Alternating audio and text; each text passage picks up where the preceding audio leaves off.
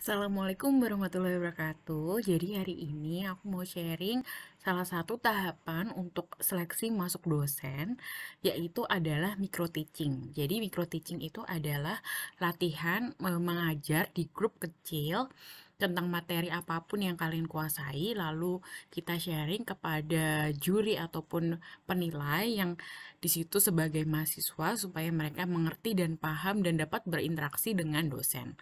Langsung aja ya, gimana sih caranya tips and trick supaya nilai micro teaching kita baik dan gimana caranya untuk micro teaching? Langsung kita saksikan. Assalamualaikum warahmatullahi wabarakatuh. Apa kabar teman-teman semuanya? Jadi hari ini untuk mata kuliah tentang water yang pertemuan kelima, kali ini saya akan sharing tentang best practice water system study case di Jepang. Jadi sebelum memulai mata kuliahnya, barangkali di sini teman-teman ada yang belum kenal saya. Jadi dulu S1-nya saya itu di Teknik Lingkungan Undip, lalu S2-nya tuh baru lulus banget tahun 2020, yaitu twinning program antara ITB dengan Toyohashi University of Technology di Jepang. Jadi kalau research interest saya itu tentang water, wastewater, sanitation, solid waste management, air pollution, environmental economic, dan lain-lain. Pokoknya yang berhubungan dengan environmental engineering. Jadi sebelum di UGM, saya pernah kerja di Unilever, lalu di KLHK, dan di LH itu sekedar magang atau internship. Oke, jadi aturan perkuliahannya untuk hari ini adalah gunakan kemeja atau kaos berkerah selama perkuliahan online. Lalu aktifkan video 5 menit pertama setelah kelas dibuka untuk absen. Lalu kirimkan catatan selama perkuliahan setelah kelas ditutup via WA atau Japri. Jangan lupa absen di e-learning lewat si Elok UGM. Lanjut, kita review sedikit untuk pertemuan minggu lalu, yaitu minggu keempat. Kita udah belajar nih bagaimana pencemaran di sungai, lalu pencemaran di udara, dan apa sih penyebab-penyebab pencemaran tersebut. Nah, untuk pertemuan kelima ini, kita akan belajar tentang best practice water system. Jadi di sini kalian tuh bisa memahami apa saja sih identifikasi untuk menjadi sebuah kota itu tersustainable dengan baik, sistem airnya juga bagus, lalu kalian untuk kedepannya dapat bisa mengidentifikasi tahapan-tahapan apa saja yang bisa dilakukan oleh kaum penerus Indonesia gitu. Apa yang harus dilakukan agar Indonesia lebih maju dari segi water manajemennya. Jadi outline presentation pada hari ini yang pertama adalah best practice dari sisi water kualitas atau kualitas air di Jepang, lalu kualitas air, quantity air di Jepang, lalu implementasi best practice di perkotaan. Lanjut saja. Jadi pertama, water management itu dibagi jadi dua, quality dan quantity.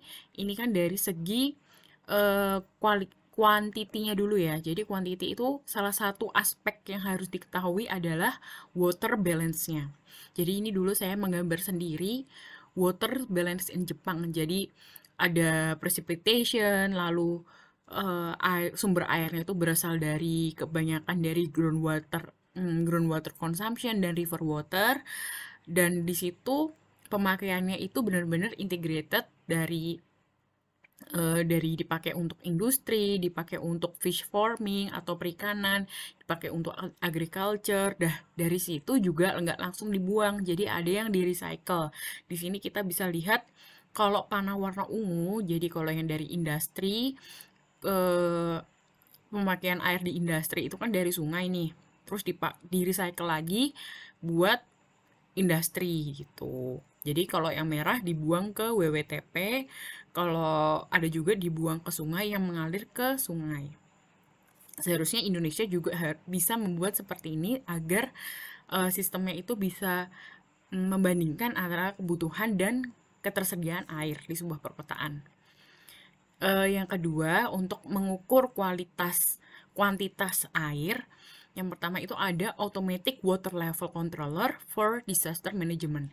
Jadi kalau di sini ada integrated system itu di bendung, di bendungan itu dikasih level controller, lalu di curah hujan, lalu di sungai itu ada water level, dan di setiap perkotaan itu juga pasti ada stasiun-stasiun hujan. Nah, dari situ kan ada terkumpul banyak data atau big data.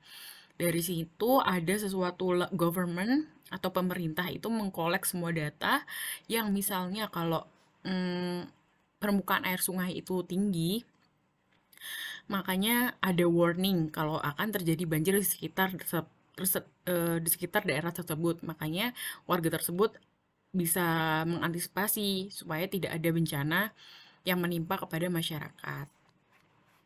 Nah, dari data yang dikumpulkan oleh eh, data gathering ini, kita bisa kita bisa mendapatkan banyak penelitian atau research supaya mengembangkan water system di sebuah perkotaan.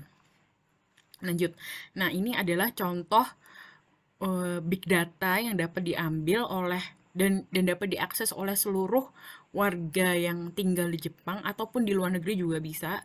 Jadi di sini ada ketinggian sungai ataupun ketinggian danau pada waktu itu, dan di situ kalau ada warning otomatis akan kita sebagai warga Jepang akan langsung mendapat warning tersebut. Nah, di sini ini adalah alatnya, dia pakai solar system dan tidak pakai listrik lagi ya. Nah, ini di sebuah sungai di dekat kampus saya. Nah, fungsi integral level control itu adalah mengelola bencana dan dapat mengantisipasi penanganannya, lalu mengetahui data untuk perencanaan bangunan air, lalu dapat mengetahui prediksi hujan, banjir, dan pengerubahan water level. Yang ketiga, best practice ketiga di sini udah integrated water systemnya. Di sini adalah Ika Wadam atau bendungan. Ini salah satu uh, bendungan pertama yang dibangun di Jepang. Oke, kita lihat videonya. Ya, ini ada air discharge-nya. Yang di sini adalah level yang lebih tinggi. Ini di sini saya mengambil sendiri videonya. Jadi kalau kalau Mukedam ini tuh benar-benar kayak dibuat wisata gitu ya. Jadi sebagai salah satu wisata buat menarik turis. Dan di sini masuk tiketnya juga nggak mahal, nggak murah, sorry, nggak murah karena kita harus pakai kereta yang bahan bakarnya kayu. Jadi supaya menarik turis supaya datang ke sini. Ini juga pemandangannya sangat bagus ya. Nah, fungsi dam sendiri adalah menyediakan air, terus menciptakan tempat rekreasi yang tadi saya sudah bilang. Kalau ke sini harus pakai kereta dari yang bahan bakar kayu gitu ya. Lalu pencegahan banjir dan menahan pembuangan dari industri ini pastinya. Dan di sini bendungan ini adalah dapat menghasilkan tenaga hidroelektrik buat listrik di sekitar kawasan tersebut. Oke, yang keempat, best practice keempat itu adalah di sebuah kota di Gifu, namanya Gucho Hachiman Water City. Jadi sebuah desa tersebut itu benar-benar bagus sungainya, sungainya bersih, terus habis itu pengelolaan airnya juga terjaga gitu ya. Nah, river waternya ini benar-benar di sebelah perumahan, namun tuh dia benar-benar nggak tercemar. Biasanya kalau di Indonesia kan banyak ya sungai yang di samping rumah warga dan ini tuh benar-benar coklat, tapi ini benar-benar bersih banget. Dan ini benar-benar dijaga oleh masyarakat sekitar supaya salah satu daya tarik turis juga supaya datang ke kota tersebut. Contoh realnya adalah indikator air itu bagus, ada ikan yang hidup di selokan. Ini benar-benar real, nyata banget ya. Tuh, ikan koi di pinggir selokan, di pinggir jalan dan di selokan tuh, bener-bener dan gendut-gendut banget. Nih banyak lalu lintas. Ini bener-bener salah satu daya tarik turis supaya mau datang ke sini. Ini saya juga kaget pas ke sini ya, banyak ikan koi yang sehat gitu. Padahal kan deket kendaraan. Nah, dari sini, dari sebuah city ini kita dapat belajar adalah adanya smart and sustainable city. Dari situ otomatis peningkatan ekonomi warga sekitar akan meningkat, lalu mempertahankan budaya masyarakat sekitar karena di situ ada setiap tahunan itu ada festival tentang air. Tentu ada sharing knowledge karena di situ ada museum, pemanfaatan sumber daya alam itu pastinya, dan pengelolaan kualitas lingkungan tetap terjaga.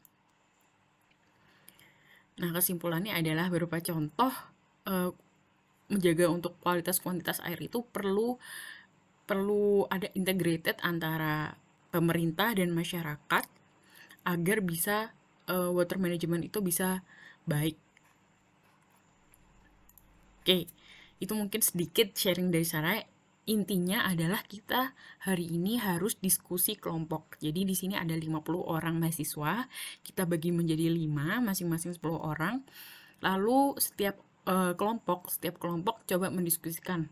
Yang pertama, poin pertama adalah bagaimana menurut pendapat Anda, apakah Indonesia mampu untuk mengimplementasikan water management system di sebuah perkotaan?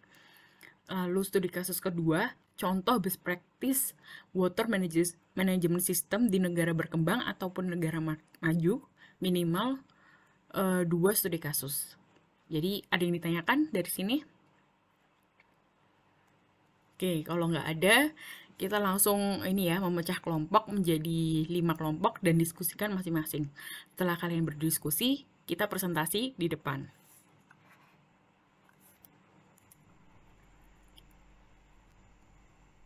Oke, terima kasih untuk presentasi dari kelompok-kelompok. 5 kelompok yang hasil diskusinya sangat keren banget.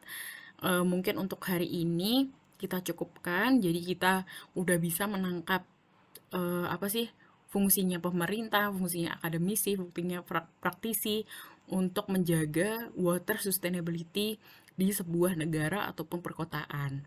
Jadi kita untuk kedepannya udah tahu nih tips-tipsnya dan langkah-langkahnya apa yang harus kita lakukan gitu.